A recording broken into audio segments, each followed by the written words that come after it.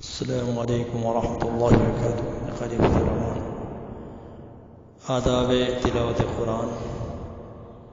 اور تجوید یعنی قرآن کو صحیح پڑھنے کا بیان کرنا ہے، لہذا درخواست کرتا ہوں اس کو توجہ سے سنیں اور اس پر عمل کرنے کی کوشش کریں۔ بخاری و مسلم میں حضرت عمر بن خطاب رضی اللہ تعالیٰ سے روایت ہے کہ رسول اللہ صلی اللہ علیہ وسلم نے فرمایا، ہر عمل نیت پر موقوف ہے اور ہر شخص کو وہی ملے گا جس کی اس نے نیت کی ہے۔ تلاوت کے وضو کے بعد مقام پاک میں روئے قبلہ ہو کر یہ خیال کرتا ہوا تلاوت کرے کہ میں تمام مخلوق کے پیدا کرنے والے کا کلام پڑھا ہوں، جس کے قبضے میں میری جان و اسباب اور رزق ہے۔ تلاوت کو بسم اللہ الرحمن الرحیم سے اور اعوذ باللہ من الشیطان الرجیم پڑھنے کے بعد تلاوت شروع کریں۔ آیت بشارت پر خوش ہو اور آیت عذاب پر روئے، یا کم از کم رونا نہ آئے تو رونے کی صورت بنائے۔ اگر بے وضو ہو تو غلاف یا کسی کپڑے کے ذریعے قرآن کو ہاتھ لگائیں کہ ایسی صورت میں اس کے قرآن کو ہاتھ لگانا اچھا نہیں ہے۔ اگر بے وضو قرآن کا پڑھنا جائز ہے، تمام علماء کا اتفاق ہے۔ زبانی بے وضو پڑھنا قرآن کا جائز ہے، تمام علماء کا اتفاق ہے کہ مگر بے غسل یعنی صاحب جنابت شخص یا حیض و نفاس والی عورت کو قرآن پڑھنا حرام ہے، مگر دل میں تصور اور فکر کے ساتھ پڑھنا اس کو جائز ہے، یعنی بے زبان ہلائے، زبان سے ادا نہ کریں۔ قرآن مجید کو کتنے روز میں ختم کرنا چاہیے؟ رسول اللہ صلی اللہ علیہ وسلم نے فرمایا، جس نے 3 دن سے کم میں قرآن مجید کو ختم کیا وہ کچھ نہ سمجھا۔ امام حنیفہ رحمۃ اللہ علیہ سے منقول ہے کہ جس نے ہر سال میں 2 بار قرآن ختم کیا اس نے حق ادا کیا۔ اس لیے حضرت صلی اللہ علیہ وسلم نے سال وفات میں ہی 2 بار ختم کیا تھا۔ حضرت علی رضی اللہ عنہ فرماتے ہیں کہ اس عبادت میں کچھ بہتری نہیں جس میں سمجھ نہیں، اور نہ اس قرات میں جس میں فکر نہ ہو۔ غزالی رحمۃ اللہ علیہ کہتے ہیں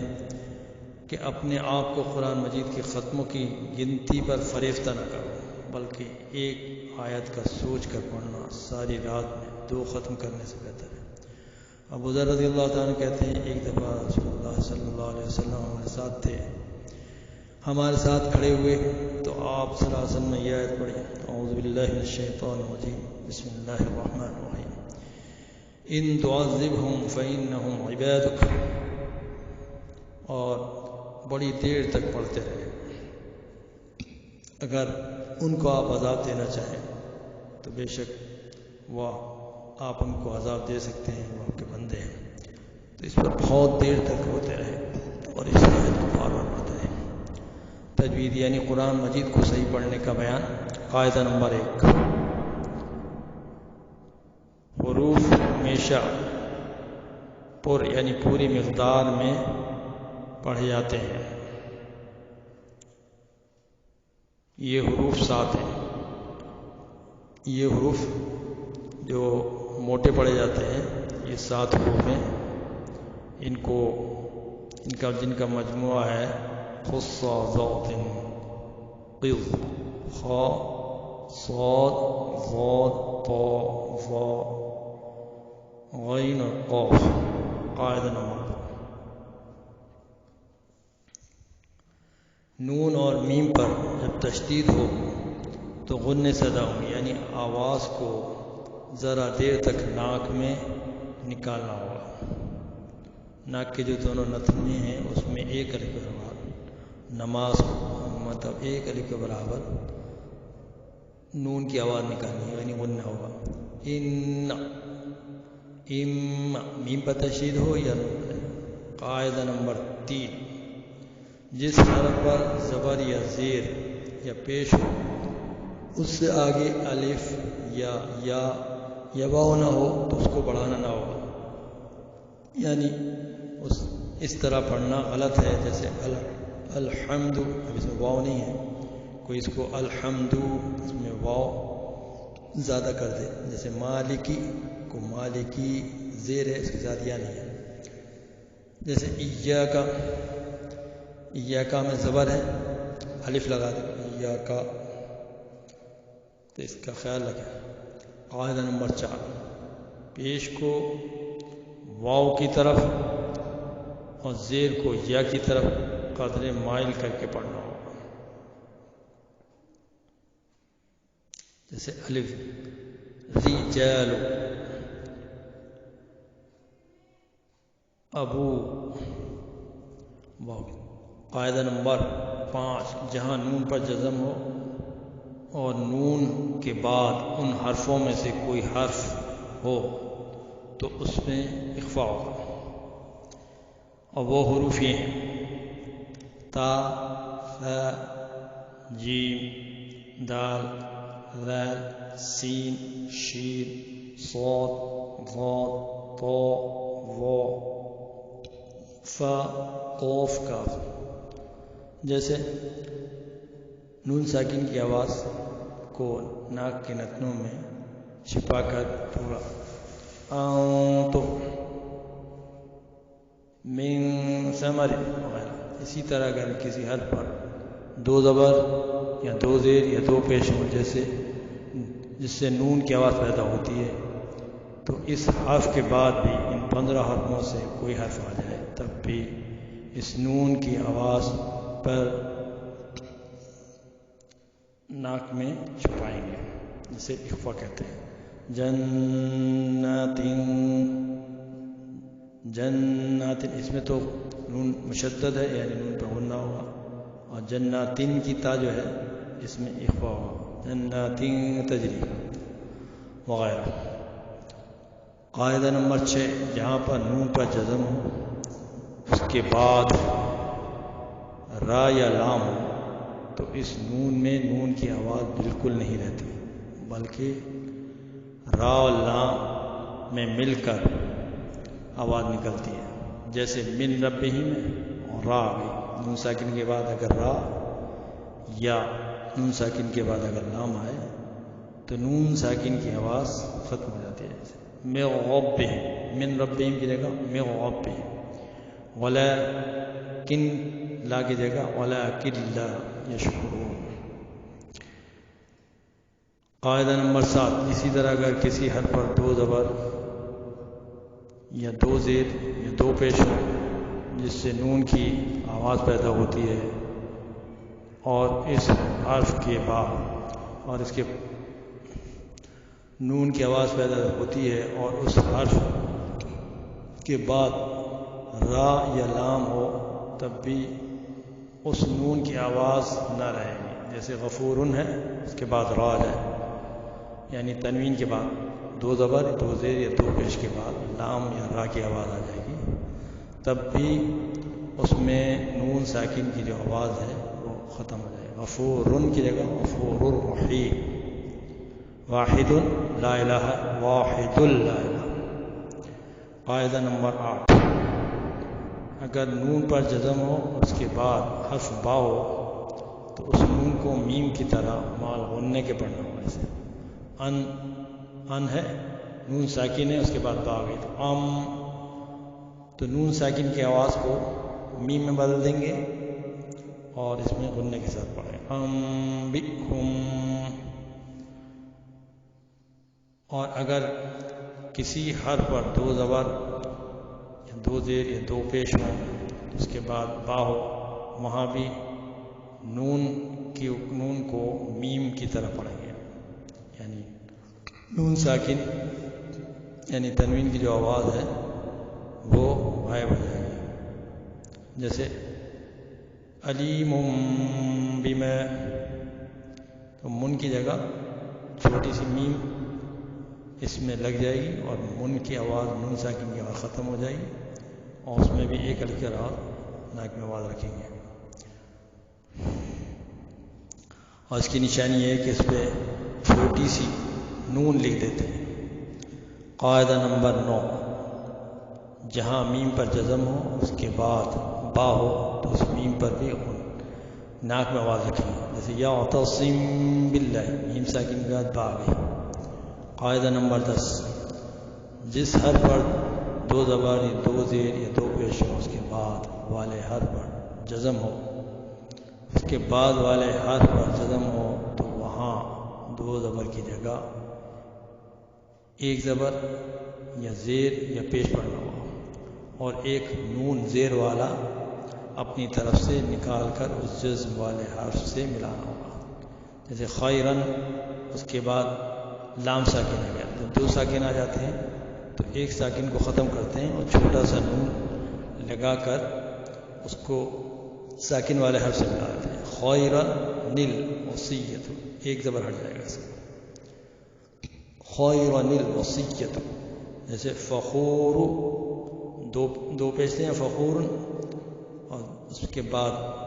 لام ساکن آ گیا فخور الذی، ایسی 2 زبر ہیں گا فخور الذی۔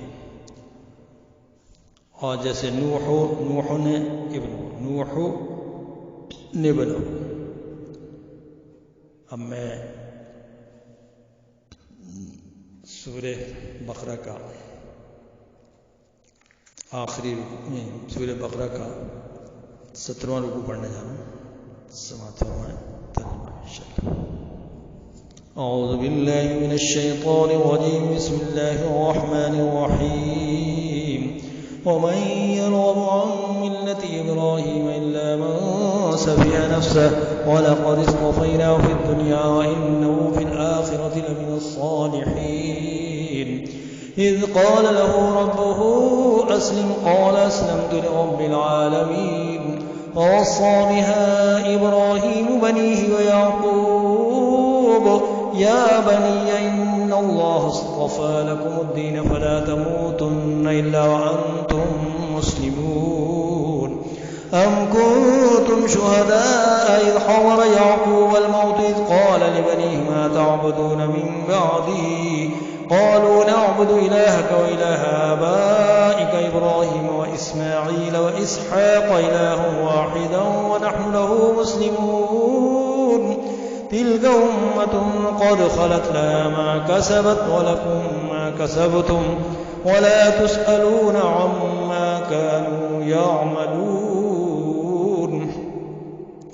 فقالوا كونوا هودا أو نصارى تهتدوا قل بل ملة إبراهيم حنيفا وما كان من المشركين قولوا آمنا بالله وما أنزل إلينا وما أنزل إلى إبراهيم وإسماعيل وإسحاق ويعقوب والأسباط وما أوتي موسى وعيسى وما أوتي النبيون من ربهم لا نفرق بين أحد منهم ونحن له مسلمون فإن آمنوا بمثل ما آمنتم به فقد اهتدوا وإن تولوا فإنما هم في شقاق فسيكفيكهم الله وهو السميع العليم صبغة الله ومن أحسن من الله صبغة ونحن له عابدون قل أتحاجوننا في الله وهو ربنا وربكم ولنا أعمالنا ولكم أعمالكم ونحن له مخلصون أم تقولون إن إبراهيم وإسماعيل وإسحاق ويعقوب والأسباط كانوا هودا أو نصارى قل أأنتم أعلم أم الله ومن أظلم ممن كتم شهادة عنده من الله وما الله بغافل عما تعملون تلك أمة قد خلت لها ما كسبت ولكم ما كسبتم ولا تسألون عما كانوا يعملون صدق اللہ العظیم۔ ترجمہ سمجھ پناہ مانگتا ہوں اللہ کی شیطان مردود سے شروع کرتا ہوں اللہ کے نام سے جو نہایت مہربان نہایت رحم والا ہے۔ اور روگردانی کرے گا، اور وہی روگردانی کرے گا جو اپنی ذات ہی سے احمق ہو۔ اور ہم نے ان ابراہیم علیہ السلام کو دنیا میں منتخب کیا، اور اسی کی بدولت وہ آخرت میں بڑے لائق لوگوں میں شمار کیے جاتے ہیں، جبکہ ان سے ان کے پروردگار نے فرمایا کہ تم اطاعت اختیار کرو۔ انہوں نے عرض کیا میں نے اطاعت اختیار کی رب العالمین کی، اور اسی کا حکم کر گئے ہیں ابراہیم علیہ السلام اپنے بیٹوں کو، اسی طرح یعقوب علیہ السلام بھی میرے بیٹوں، اور اللہ تعالیٰ نے اس دین اسلام کو تمہارے لیے منتخب فرمایا، سو تم بجز اسلام کے اور کسی حالت پر جان مت دینا۔ کیا تم خود اس وقت موجود تھے جس وقت یعقوب علیہ السلام کا آخری وقت آیا، اور جس وقت انہوں نے اپنے بیٹوں سے پوچھا کہ تم لوگ میرے مرنے کے بعد کس چیز کی پرستش کرو گے؟ انہوں نے بالاتفاق جواب دیا کہ ہم اسی کی پرستش کریں گے جس کی آپ اور آپ کے بزرگ حضرت ابراہیم اور اسماعیل اور اسحاق پرستش کرتے آئے ہیں، یعنی وہی معبود جو وحدہ لا شریک ہے، اور ہم اسی کی اطاعت پر قائم رہیں گے۔ یہ ان بزرگوں کی ایک جماعت تھی جو گزر چکی، اور ان کے کام ان کا کیا ہوا آئے گا، تمہارے کام تمہارا کیا ہوا آئے گا، اور تم سے ان کے کیے ہوئے کی پوچھ بھی تو نہ ہوگی۔ اور یہ یہودی و نصرانی لوگ کہتے ہیں کہ تم لوگ یہودی ہو جاؤ یا نصرانی ہو جاؤ، تم بھی راہ پر پڑ جاؤ گے۔ آپ کہہ دیجئے کہ ہم تو ملت ابراہیم یعنی اسلام پر ہی رہیں گے، یعنی ملت ابراہیم یعنی اسلام پر ہی رہیں گے، جس میں کجی کا نام نہیں، اور ابراہیم علیہ السلام مشرک بھی نہ تھے۔ مسلمانوں کہہ دو کہ ہم ایمان رکھتے ہیں اللہ پر اور اس حکم پر جو ہمارے پاس بھیجا گیا ہے، اور اس پر بھی جو حضرت ابراہیم اور حضرت اسماعیل اور حضرت اسحاق اور حضرت یعقوب علیہ السلام اور اولاد یعقوب کی طرف بھیجا گیا، اور اس حکم اور معجزہ پر بھی جو حضرت موسیٰ اور حضرت عیسیٰ کو دیا گیا، اور اس پر بھی جو کچھ اور انبیاء علیہ السلام کو دیا گیا ان کے پروردگار کی طرف سے، اس کیفیت سے ہم ان حضرات میں سے ہیں کسی ایک میں بھی تفریق نہیں کرتے، اور ہم تو اللہ تعالیٰ کے مطیع ہیں۔ سو اگر وہ بھی اسی طریق سے ایمان لے آئیں جس طریق سے تم اہل اسلام ایمان لائے ہو، تب تو وہ بھی رائے حق پر لگ جائیں گے، اور اگر وہ روگردانی کریں گے تو وہ لوگ تو ہمیشہ مخالفت میں ہی ہیں، تو سمجھ لو کہ تمہاری طرف سے ان قریب ہی نمٹ لیں گے اللہ تعالیٰ، اور تمہاری طرف سے ان قریب ہی نمٹ لیں گے اللہ تعالیٰ، سننے والے ہیں اور جاننے والے ہیں۔ ہم دین کی اس حالت پر ہیں جس میں ہم کو اللہ نے رنگ دیا ہے، اور دوسرا کون ہے جس کے رنگ دینے کی حالت اللہ تعالیٰ سے خوب تر ہو، اسی لیے ہم اس کی غلامی اختیار کیے ہوئے ہیں۔ فرما دیجیے کہ کیا تم لوگ ہم سے اب بھی حجت کیے جاتے ہو اللہ تعالیٰ کے بارے میں، حالانکہ وہ ہمارا اور تمہارا سب کا رب ہے، اور ہم کو ہمارا کیا ہوا ملے گا اور تم کو تمہارا کیا ہوا ملے گا۔ ہم نے صرف اللہ تعالیٰ کے لیے اپنے دین کو شرک وغیرہ سے خالص کر رکھا ہے، یا کہے جاتے ہو کہ ابراہیم اور اسماعیل اور اسحاق اور یعقوب اور اولاد یعقوب میں جو انبیاء گزرے ہیں یہ سب حضرات یہود اور نصارہ تھے۔ اے محمد صلی اللہ علیہ وسلم کہہ دیجئے تم زیادہ واقف ہو یا یہ حق تعالیٰ، اور ایسے شخص سے زیادہ ظالم کون ہوگا جو ایسی شہادت کا افوا کرے جو اس کے پاس من جانب اللہ پہنچی ہو، اور اللہ تعالیٰ تمہارے کیے ہوئے سے بے خبر نہیں ہے۔ یہ ان بزرگوں کی ایک جماعت تھی جو گزر گئی، ان کے کام ان کا کیا ہوا آئے گا، اور تمہارا کام تمہارا کیے ہوا